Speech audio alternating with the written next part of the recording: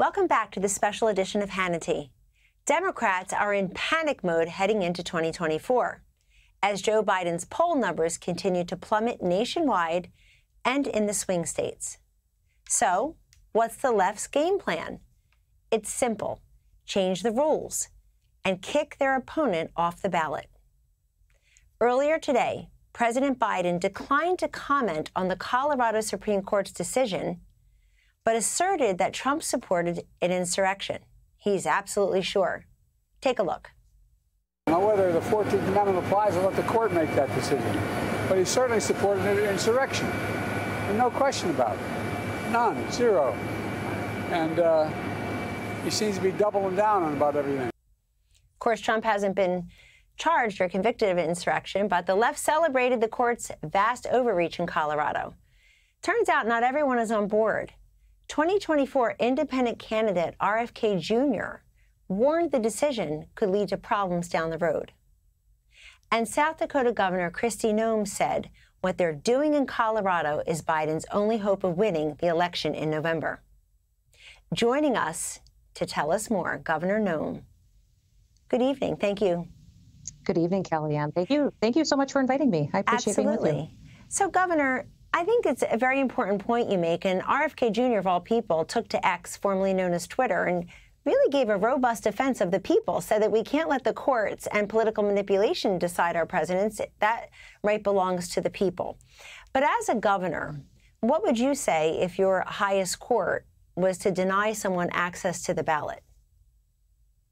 Well, what they're doing is unconstitutional, and it has no grounds. I think what is key is what you said earlier, Kellyanne, and that was that he hasn't been charged or convicted at all of insurrection. And so it's interesting that the Colorado Supreme Court has used this as the basis for their reason for removing him from the ballot. So that's the hypocrisy that we're seeing right here of how they're trying to work the system in a very unfair way, because they're so concerned, the left is so concerned about losing this election to President Trump. He will win, make no mistake, regardless of what Colorado does and what their Supreme Court decides, that President Trump will win the primary election. He'll win the general election, and that's because of the left consistently taking extreme measures like this and degrading our society and destroying America from its foundation and up.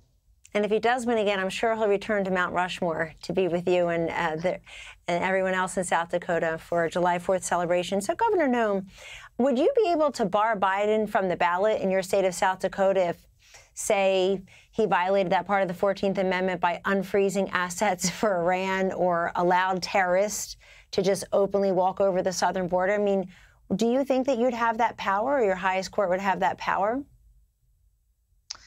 You know, I don't believe so. That's what is so interesting. It's, you know, the process that the court has is a balance to our federal government. It is a balance to our executive branch, a balance to our legislative branch. You know, so us exerting the kind of influence on the court and their decisions to take that kind of action is really unprecedented. So I trust our South Dakota state laws, our Constitution. It gives great guidance to us, and our court system understands that their job is to follow statute and give decisions based on the scales of justice.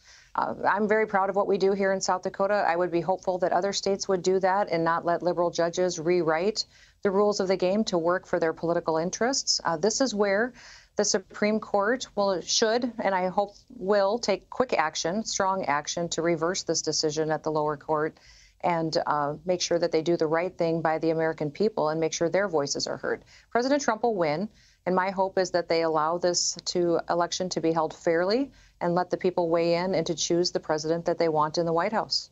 And Governor Noem, in light of yesterday's Colorado Supreme Court decision, many around President Trump, but many others, are crying election interference. We know all about voter exclusion, voter intimidation. This almost seems like voter elimination, supplanting the will of the people with judicial imperiousness. It just also strikes some people, Governor Noem, something we're both familiar with, that conservatives or center-right voters, Trump supporters, being called deplorable, irredeemable, mega MAGA.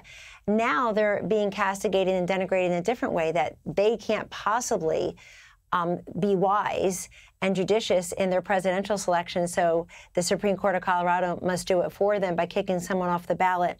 But what do you think of that? I'm sure you hear from people all the time that feel shadow banned and censored and canceled. How does this play into that, if at all? You know, I see both sides of it. I see people consistently seeing the hypocrisy and the corruption that is happening from the left and how they're using this against people that are their enemies in their agenda that they want to pursue. But I also would say, though, Kellyanne, is the more this stuff happens, the more they normalize it. The more often that they use our judicial system and our Supreme Court to play these political games, to go out and to fundamentally rewrite justice, the more it becomes normal in America. And that's what is so dangerous, is because the more often you see something, the more you don't blink at it the next time that it happens. The more it seems like, oh, well, that's just something that happens.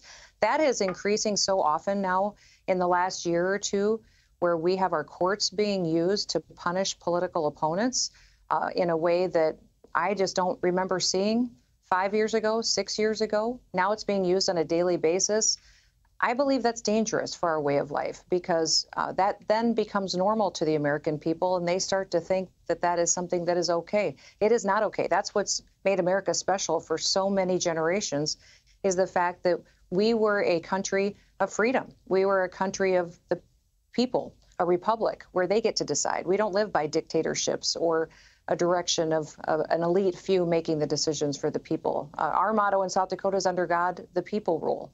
We enforce that every day by following our Constitution. I would hope in the United States of America we remember what our Constitution says as well. Unfortunately, millions and millions of Americans agree with those very points. Governor Kristi Noem of South Dakota, thank you for joining us. Merry Christmas. Thank you. Merry Christmas.